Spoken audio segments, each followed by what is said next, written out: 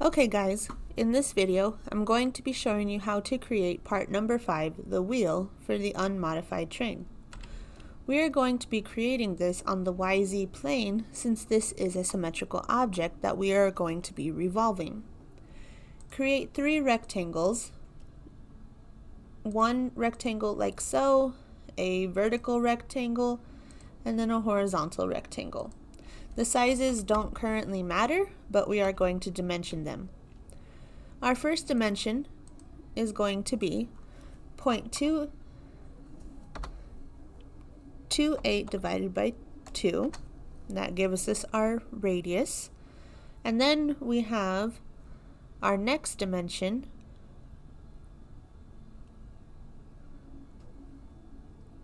which is going to be to this line right here, and this is going to be 0.75.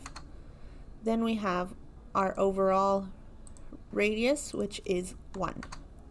The next dimension is this right here, and this should be 0.25. And now we can go ahead and start giving this some width. So overall, its width from left to right is 0.25. And this section right in the middle has a thickness of 0.125. And this right here is also 0.25. All of this should line up, so I'm just going to click on my vertical constraint, find, actually my vertical constraint for some reason goes left to right, so I'm going to choose my horizontal constraint and choose this bottom endpoint and the origin, and that locks everything into place. Go ahead and finish the sketch, and then we are revolving all 3 rectangles around our z-axis. So we end up with something that looks like this. Okay? Now this part does have quite a bit of fillets, so let's go ahead and put those in before we continue any further. The first fillet is going to be 0.125, and that occurs in these 3 locations. And go ahead and click this plus sign. The next fillet is going to be 0.063, and those fillets are here, here, and here. Go ahead and click the plus sign, and we are done with that. I want to go ahead and put the little part that sticks out right here. This is where the linkage arm will connect. So go ahead and click on Create Sketch on that face. Now all I'm going to do is I'm going to create a random circle that has a diameter of 0.25.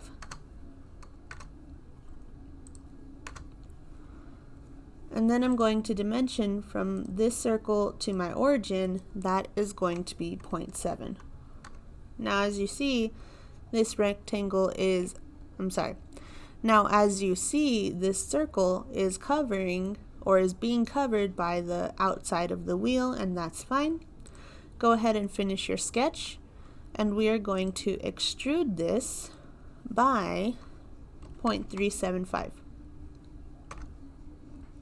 Okay, we have a little bit more that we need to add on top of this, and that's just going to be, I'm going to project my geometry, and I'm going to draw 2 circles, a large circle and a small circle. So the small inner circle has a radius of, the small inner circle has a diameter of 0.0625, and the larger hole has a diameter of 0.125. Once you have those 2, go ahead and extrude just the outer circle by a distance of 0.125. Okay?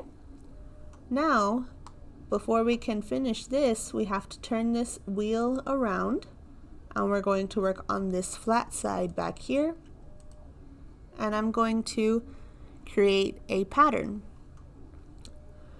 Go ahead and project the geometry of this circle, and I'm going to draw 3 lines. One line like that, one line that comes out. Make sure that you are connecting these 3 lines to the origin. And now I'm going to dimension them.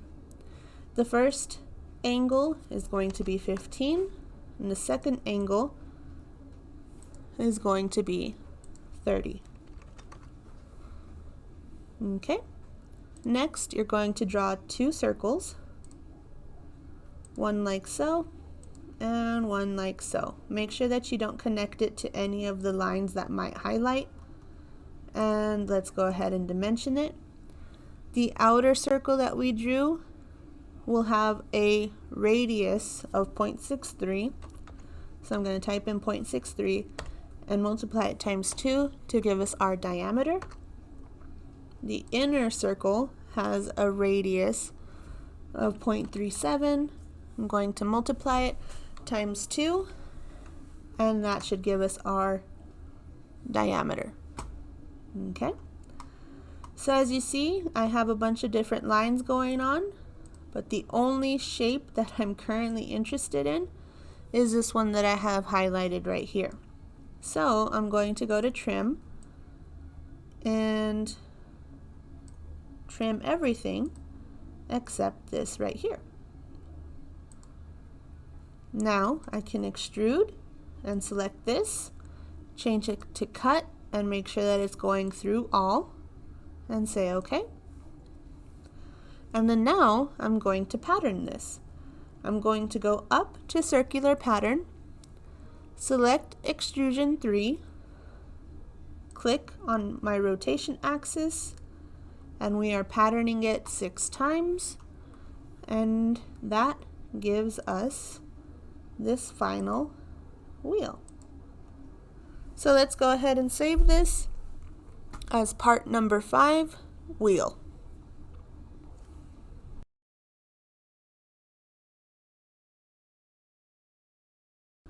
The first part that we want to start with is going to be our train body. So I'm just going to go ahead and bring that in, right click and choose place grounded at origin. This will make sure that everything moves to the train and that the actual train body doesn't move around. This makes it so much easier when you guys are trying to assemble anything. Next, let's go ahead and bring in 4 of these wheels. 1, 2, 3, 4. Okay. So what I'm going to do first is I'm going to constrain, I'm going to make them flush, 2 wheels flush with each other. So I'm going to make the back side of this wheel flush with the back side of this wheel. And this will make sure that they stay aligned together. And I'm going to do the same thing for these 2 wheels, this and this one, and click apply. Okay, so if I were to move them around, if I look from the front, they won't be moving anywhere and they will stay aligned. Okay, so now I'm going to go ahead and constrain the back side of this wheel to this face here of my train body and click apply. Then I'm going to choose the center line of the axle or the axis of the where the axle would go, and this hole here of the train, and click apply. And the same thing with this and this, and click apply. Okay, now I'm going to do that same process of constraining this face with this face of my wheel, click apply, and then constraining the axis of each wheel with the axis of each axle. Okay. Alright, so once you have those 4 things placed, let's go ahead and bring in the next part. And we are going to be using the linkage arm. Okay, so I need 2 of those. And let's bring in the stack. We need 1. Let's bring in the axle pegs. We need 4 of those. Okay. And that's it. All right. So we are going to repeat the same process. I'm going to make this face flush with this face, apply, and I'm going to make this face flush with this face, apply. I'm now going to make this face mate it with this face of my of my wheel. Okay. Once I have that placed, I'm then going to align my axis lines. And then I'm going to repeat that same process with this back here. All right. So now those are fully in place. Let's repeat the same thing over here on the opposite side of the train. This face is going to get constrained to this surface, and click apply, and then my axis line with this axis line, click apply, and then I just have to locate the other, there it is, right there, click apply. Oh wait, I didn't do anything. Undo. Alright, let's try that again. Connect here with here. There we go. Alright, so next thing that we can go ahead and constrain is I'm going to constrain this circle, that one right there that is highlighted. I'm going to constrain it with this circle right there and apply. Oop. Let me try that again. I'm going to constrain this circle with this circle. Okay. So that did line up, and then I'm just going to make this flat. Oh my god. I'm going to make this and this face flat. Okay. Alright. Now let's go ahead and constrain this face of our linkage arm with this face of our linkage peg, that's this section that's sticking out, and then I'm going to align my axis lines. Oh my god. Did I connect it? Yes, I did. Okay. Now I'm going to connect my axis line with this axis line, and that's fine that it looks like that. I'm just going to go ahead and click apply, choose this and this. That'll rotate my wheels. Okay, so if I were to move this, you can see that they both move. Now, one of the things that I want to show you about this is look at how close, or there's actually no clearance at all where these pegs and the linkage arms actually contact. So if I were to rotate this, like, they're actually sliding into each other. So in reality, they really actually don't work. So we're just going to have to fix that later before we 3D print these. So let's repeat the process of connecting this to this, apply, and locking in my center, or my axis line with my axis line here, apply, and this axis line with this axis line, apply.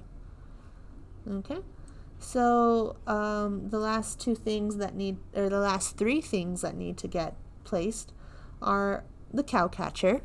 That one will be fun, and then if you rotate it around, you'll have the hitch peg and the hitch magnet. Both of these go right here into the back of the train. Those will be your responsibility. Once you have everything assembled, you can go ahead and attempt a exploded assembly if you would like. Otherwise, you can just go ahead and place the full assembly like so onto a full set of working drawings for the plane train. If you guys have any questions, please let me know, and I will see you guys in the next video.